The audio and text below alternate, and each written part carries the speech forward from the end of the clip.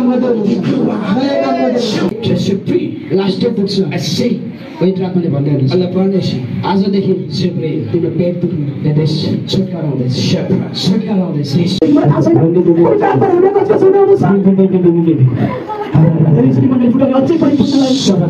मनमा दुष्ट बसेको छ आज के तपाईको दुष्ट दुष्टले थाहा चाहनु छ आफ्नो नाम भन्नु मलाई तपाईले समय पाउनु छैन आफैको मन्दिर फेरि गर्नुहोस् पवित्र आत्मा दुखी हुनुहुन्छ ओ पवित्र आत्मा तलले मलाई स्तोत्र गर्छु तिमीले सबै त्यो छुटेर यहाँबाट जाने भन्ने कुरा गर्छौ तिमी त अनि